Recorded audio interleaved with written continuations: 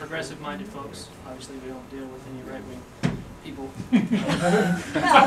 Well, you know, believe it or not, though, there are some right-wing people who are aware of this issue. Well, we're not, yeah, and we're nonpartisan. And related issues. We're nonpartisan, so it's fine. Yeah, one of the So it's reasons great. that the Democrats did so well in the last elections was that they lost the sort of evangelical Christians, they lost some honest conservatives, and believe it or not, there are a bunch of conservatives and Republicans in the lead on this. The guy who introduced this film isn't the only one, and there's this whole patriots movement out there of constitutionalists who are unhappy with what's happened since 9/11, who are also helping others. So this is a really good chance to actually get to know people outside of your own political mindset.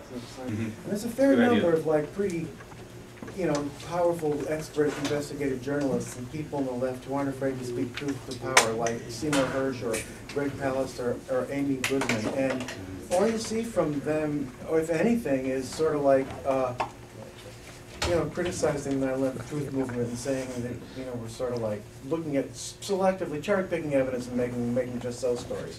Right. Why isn't anyone prominent, authoritative? Why do you see the same people over and over again making really strong cases, but no one seems to be swayed who has knowledge and authority outside of this little circle of people? Well, there's actually, there are a lot of reasons, but I mean, people have been swayed. You know, Wellstone was pushing for investigation when his plane went down.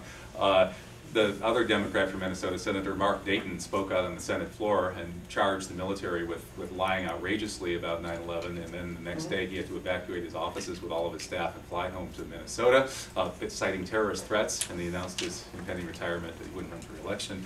There have been a lot of people who spoke up. Barbara Boxer, Senator Boxer, spoke out. I got her on the phone on a public radio show, and she basically spoke out and said that she doesn't believe the official version, and that what I described to her was very, very possible. So lots of people have spoken out, but of course it doesn't get reported very much. Now your question would be, why are these particular left people who've been studying this for years, called left gatekeepers, are not speaking out, and if they are speaking out, it's against us?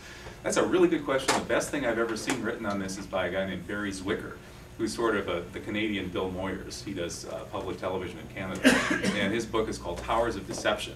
And he has a whole chapter on what he calls the gatekeepers of the left. Barry says that the most powerful force for social change is what he calls the conscious left.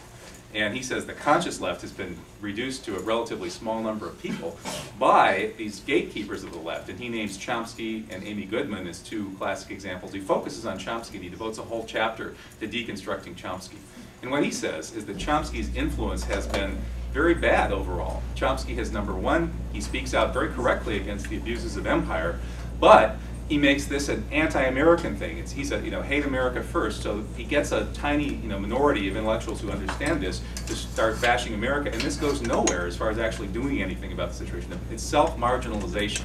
So that's what he does. Secondly, he covers up for the government, for the most powerful tool of authoritarian and militarist politics, which is false flag operations and assassinations. He's done everything he can to ridicule people who speak the obvious truth about the 60s assassinations, and he's done the same thing with 9/11. So what Zwicker concludes is that if Chomsky isn't consciously part of people covering up these kinds of high crimes, he might as well be.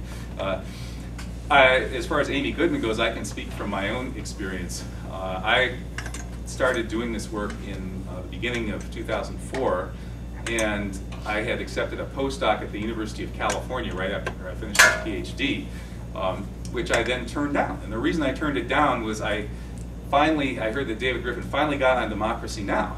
David Griffin being the guy who wrote The New Pearl Harbor, probably the best intro to this topic. So David's scheduled to go on Democracy Now! With Amy, along with Ellen Mariani, who was suing the Bush administration for perpetrating the 9/11 attacks and killing her husband.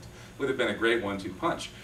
But at the last minute, Amy canceled Ellen Mariani and brought on a fellow named Chip Burley, who is another classic left gatekeeper, a man I'm quite certain is working for the wrong side. He takes $500,000 a year from the Ford Foundation, and he goes around basically dissing anybody who talks about assassinations, who talks about false flag ops, who talks about 9/11, or who talks about the Federal Reserve and the money power that controls our country secretly. So Chip Burley was brought out to give these very deceptive sound bites against David Griffin. And it was so disgusting to me that I went and looked into Burley, I looked into Amy Griffin. I learned Amy had taken over $100,000 right after 9/11 to tell the story of 9/11 from somebody who was nearby, and she was continuing to get Ford Foundation money. I learned that Chip Burley was supported by Ford Foundation. I learned that Ford Foundation has a history of working with right-wing fascist interests going right back to when Ford was in bed with Hitler, and that they have a very bad history of their CIA involvement. So because my postdoc was funded by Ford, I turned it down, and I've been doing this work ever since. So I think that there's a real problem with some of these left gatekeepers. Another example, David Korn of The Nation magazine. The Nation has finally turned around, thank goodness, in their last issue. Go out and get their latest issue with a letters column you won't believe. Basically, they admit that everybody who wrote them doesn't believe the official story. But before that... Pages. I mean, it was pages. Yeah, before that, The Nation magazine, every time they brought up 9/11, they brought out this David Korn to deliver these very deceptive sound bites, anti-9/11 truth sound bites. Totally, maybe convincing if you don't know anything about the issue, but if you do, it's pure propaganda. Now, where did they get David Korn? Well, David Korn happens to be the fawning biographer of a Mr. Ted Shackley. Ted Shackley was the head of the CIA station JM Wave in Miami, Florida, which has been proven really to be the place where the JFK assassination was planned. And just this year, an article in The Guardian showed that an investigative journalist from The Guardian came over here, got a hold of film from the ballroom where Robert Kennedy was assassinated, and he got 4 CIA agents on film, identified by people who'd worked with them. He went around to the people who worked with them, they were all identified in the ballroom where Kennedy was shot.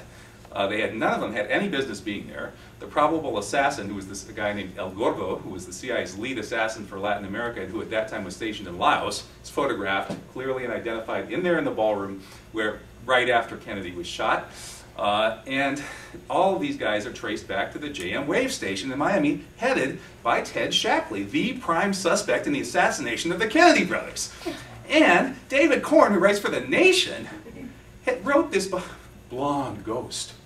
Blonde Ghost, Ted Shackley, the heroic warrior.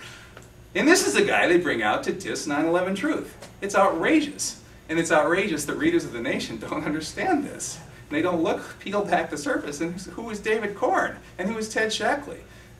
And if you want to find out a little bit about this, Google up the Guardian story from November 20th about these 4 key CIA people who were right there when RFK was shot, who had no business being there. One of them was also the liaison to the House Commission on Assassinations for the CIA.